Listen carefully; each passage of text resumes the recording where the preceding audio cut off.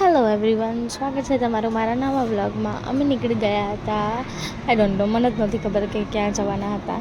હું પૂછી રહી હતી કે ક્યાં જવાનું છે. પછી અમે લોકો ગયા હતા એક પાર્કમાં અને ત્યાં એટલું મસ્ત વ્યૂ હતું ને, મસ્ત. તમે બી જોઈ શકો છો. અહીંયા અલગ અલગ મોર હતા.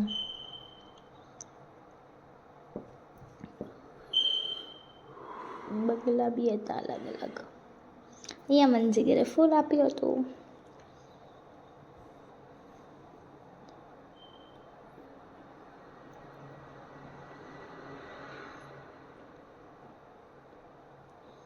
અને ત્યાર પછી અમે લોકો આવી ગયા પહાડ ઉપર.